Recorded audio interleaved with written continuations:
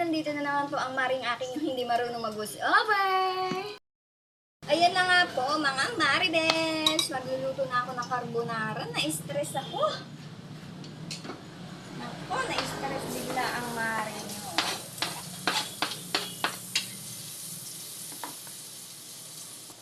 Wala akong mushroom. Hindi ako nakabili. Ayan nga mga mari, nagisa na ako ng bawang at sibuyas. Ayan, bawang at sibuyas. Oh. O, diba? Kitang-kita nyo naman. Kitang-kita nyo yung magandang mari nyo. I-next naman natin tong giniling. Igiling-giling. Igiling-giling.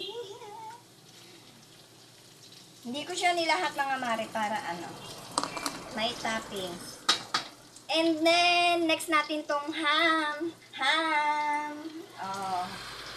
Yan. Siyempre, nagtira din ako. Another toppings.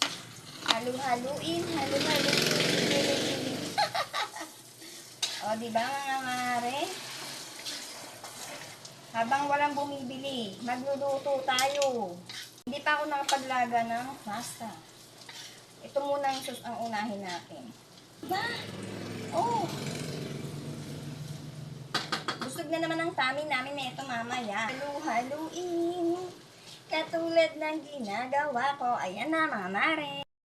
At isunod na natin itong Alaska. Oh, wow. Ganyan yung tamang pagluto at paghalo para maging masarap ang ating carbonara. O, diba? Yan, makikita nyo ba yung sauce ko mga mare? Wow! Ang bango! Lagyan natin ng konting hindi mawawala, paminta. Yan. Halu-haluin. And next ay all-purpose cream. Ano daw? All-purpose cream? Ay, bahala na. Basta ito na. Ang cream na magpapa-creamy sa ating. Wow, ayan na siya mga mare. First time ko pong magluluto ng carbonara. Kaya, sana masarap. Ayan na siya mga mare. Ayan na. Siyempre, hindi mawawala itong isang kutsara.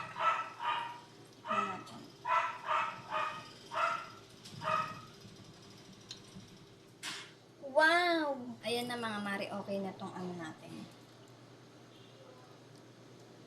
Patayin na natin. Nagpainit na rin ako ng ayan. Ano ba tawag yan? Kaldero. Magpapalambot na ako ng pasta.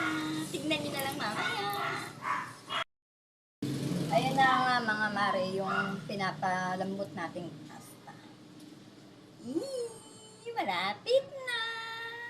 Malapit na din makakain ng carbonara. At ayan na nga mga mare, dito ko na lang tatapusin ang aking video. Masyado nang mahaba. Ayan na mga mare. Kita niyo ba?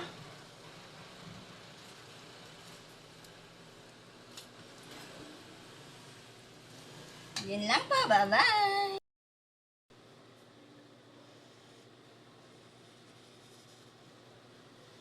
Hindi mawawala si Tikim. Ihipan ko muna mainit. Papakita ko sa inyo.